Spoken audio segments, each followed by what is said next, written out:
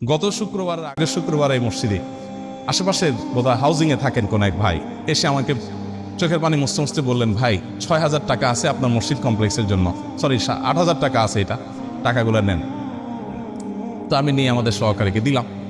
ভদ্রলোক বললেন যে আমার একটা ছেলে ছিল, সে ব্যাংকে বোধহয় টাকা জমাইছে বা কেউ দিছে, সেখান থেকে সে বলছে এটা আমি মসজিদ কমপ্লেক্সে দেবো ওনাদের। তো ও ৭,০০০ টাকার সাথে আমি ১,০০০ যোগ করলাম, এটা আপনি নেন।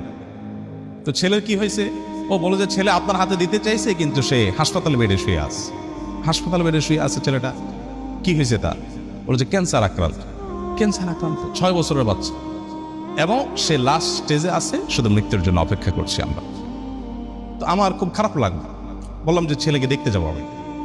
পরের দিন গেলাম হাসপাতাল, আলমারার হাসপাতালে গেলাম। হাসপাতালে যাওয়ার পর যে দৃশ্য দেখলাম আমি, ছেলেটা মারা গেছে কয়েকদিন আগে। এই এলাকার মহল্লার মানুষ উনি এখানকার। তো সেই দৃশ্য দেখে